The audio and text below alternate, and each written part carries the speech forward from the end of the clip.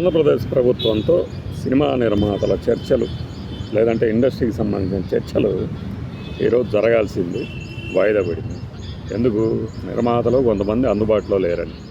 అందుబాటులో లేకపోవడం అంటే మరి ఇవేవి తెలియకుండానే ఆదివారం ముందు ఎలా డిసైడ్ చేశారు? దీని వెనక ఏం జరుగుతుంది అనేది ఆసక్తికరంగా ఉంటుంది. బయటకైతే చెప్పలేదు. చాలామంది ఇండస్ట్రీలో సైలెంట్గా జరుగుతుంటాయి రాజకీయాలు అని ఆ ప్రొడ్యూసర్లే వాపోతున్నప్పుడు మామూలు వాళ్ళు మాత్రం ఎలా చెప్తారు? ఒక మే నెలాఖరులో ఉప ముఖ్యమంత్రి గారి ఆదేశాలకు మేరకు రెవెన్యూ వర్గాలు అన్నీ కలిపి సినిమా థియేటర్ల మీద దండెత్తాయి కదా ఆంధ్రప్రదేశ్లో. మరి ఆ నివేదిక ఏమైంది? ఎన్ని థియేటర్లని సీజ్ చేశారు? ఎన్ని థియేటర్లు సక్రమంగా ఉన్నాయని తేల్చారు? ఇదేమైనా జరిగిందా? తనిఖీలు ఎలా ఉన్నాయి? వీటి గురించి దుర్గేష్ గారు ఎందుకు ప్రకటించలేదు అంటే ఆ యొక్క ఆదేశాల వెనక ఉన్న టార్గెట్ ఏంటి అనేది అర్థమవుతానే అన్నమాట. సో అలా టార్గెట్ పెట్టి ఈ మీటింగ్ ఏర్పాటు చేసుకున్నారు. పోనీ ఆ మీటింగ్ ఏమైనా సజావుగా సాగుతుందేమో. ఎందుకంటే అంతా మనకు కావాల్సిన వాళ్ళనే మనం పిలిపించుకుంటున్నాం కాబట్టి. అయితే ఇక్కడ ఒక క్లియర్ కట్ వాళ్ళకే డేంజర్ ఒక సిగ్నల్ ఏంటి అంటే ఆ పిలిచేవాళ్ళు వెంకటేష్, మన సుమన్ గారు, కొంతమంది రాజమౌళి వీళ్ళు ఉన్నారు ఓకే, కానీ నారాయణమూర్తి గారిని కూడా పిలుస్తున్నారు అన్నారు. నారాయణమూర్తి గారిని పిలిస్తే మీరు తట్టుకోగలరు ఆయన మాట్లాడితే? ఎందుకంటే ఆయన ఎవడో డబ్బులు ఇస్తే తీసుకునే రకం కాదు, ఎవడో డబ్బులు ఇస్తే మాట్లాడే రకం కాదు. అలాంటి ఆయన్ని పిలుస్తారు. రేపొద్దున ఆ ఫైర్ అనేది ఏందో చూస్తారనమాట.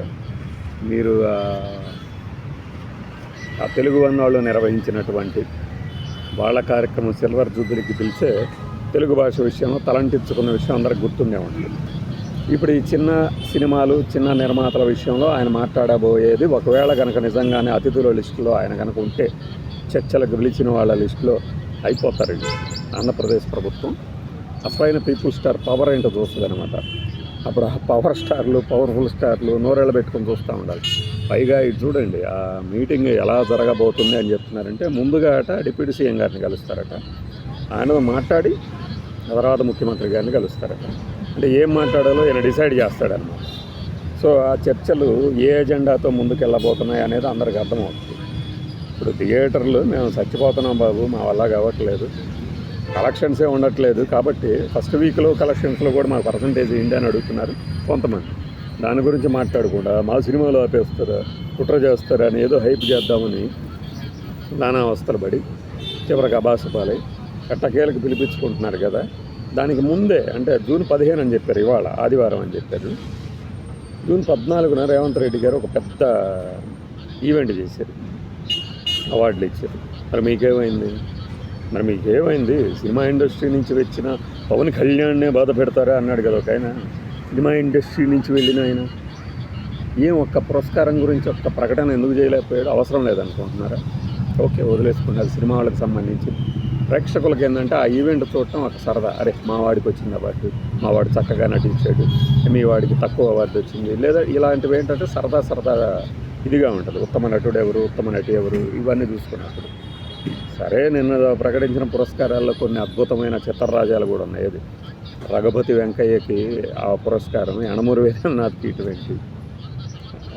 రఘుపతి వెంకయ్య గారు ఏమన్నా రైటరా?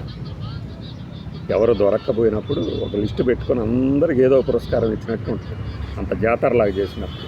సరే, వాటి గురించి విమర్శలు అనవసరం, ఏదో ఒకటి చేశారు కాబట్టి. ఇక్కడ అది కూడా లేదు కదా. ఈయనంటాడు మాగంటి మురళీమోహన్ గారు, మాగంటి రాజాబాబు గారు, ఒక సంవత్సరం వీళ్ళు, ఒక సంవత్సరం వాళ్ళు ఇవ్వాలంట. అన్యాపదేశంగా పర్వాలేదులే ఇవ్వకపోతే నెక్స్ట్ ఇయర్ ఇస్తారులే అని కలరింగ్ ఇవ్వడం. అసలు 14 నుంచి 19 దాకా అధికారంలో ఉన్నప్పుడు ఎందుకు ఇవ్వలేదు? మీరు చిత్ర పరిశ్రమకి ఏదో గొప్ప మేళ్ళు ఎప్పుడో ఏదో చేస్తారు కదా. ముందు అసలు రెగ్యులర్గా జరిగే మన ఆస్థాన పురస్కారాలు ఇవ్వలేకపోతే ఎలా? మన ఆస్థానంలో వాళ్ళకి ఇచ్చినా ఇవ్వకపోయినా ముందు ఆస్థాన పురస్కారాలన్నా ఇవ్వాలిగా, నంది అవార్డులు. అవి ఇవ్వకుండా ముందు చర్చలు. సరే, మీరు చేసే చర్చలు, దీని మీద కమిటీలు, మళ్ళీనేమో ఉపాధి కల్పన కార్యక్రమాలు, ఈ పెద్ద మాటలు వస్తాయి, కానీ ఆ కార్యాచరణ మాత్రం ఒక అడుగు కూడా ముందుకు పడదు. చూసాం కదా ఈ 3 నెలల్లో ఏం జరుగుతుంది. ఇకపై ఏం జరుగుతుంది? ఒక డేట్ ఫిక్స్ చేస్తారు. ఎప్పుడు? ఇవాళ వాయిదా పడింది కదా. ఈ వాయిదా ఎందుకు పడింది? దీనికి సహేతుకమైన కారణం చెప్పమనండి. సహేతుకమైన కారణం అంటే సరైన కారణాన్ని చెప్పమనండి. ఎందుకు వాయిదా పడింది? అందులో ఆంధ్రప్రదేశ్ ప్రభుత్వం అంటే వీళ్ళకి చీపుగా మారింది, చూడట్లేదు, మమ్మల్ని పట్టించుకోవట్లేదు అని ఆయన అంత పెద్ద ఆగ్రహం వ్యక్తం చేసినప్పుడు కొంతమంది వాళ్ళు ఎందుకు అందుబాటులో లేకుండా పోయారు చెప్పండి.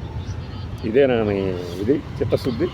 మొత్తానికి మంచి ఝలక్ అనమాట. అయితే నారాయణమూర్తి గారే కనుక నిజంగా వస్తే చూద్దురు కానీ ఎలా ఉంటుందో.